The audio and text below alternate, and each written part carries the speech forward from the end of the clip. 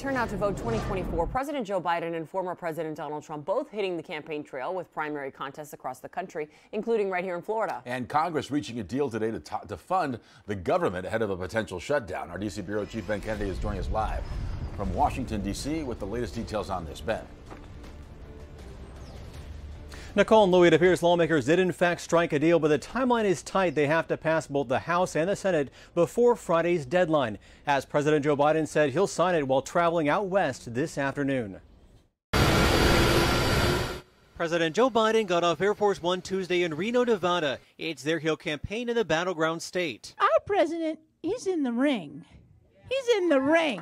The commander-in-chief says he's fighting to lower health care costs and prescription medication as he began a three-day trip in the Sun Belt in an effort to reach voters, raise money, and tout his accomplishments since taking office. With your help, we got elected the first time around. And this county and this state is really, really, really critical. 5 states, including Arizona, Florida, Illinois, Kansas, and Ohio, kicked off their presidential primaries today. President Biden and former President Donald Trump already have enough delegates to accept their party's nomination. Last week, Donald Trump and I clinched the nominations. We're going to beat him again.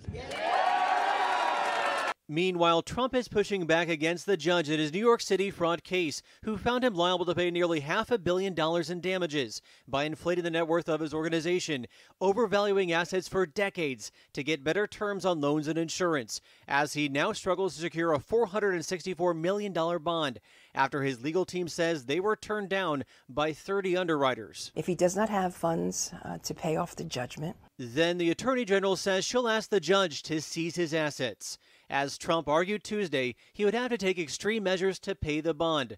On social media, writing, "I would be forced to mortgage or sell great assets, perhaps at fire sale prices, and if and when I win the appeal, they would be gone." Does that make sense? Now, that bond is due on March 25th, which means Trump has about a week to try and pay it unless the court does in fact rule on his appeal.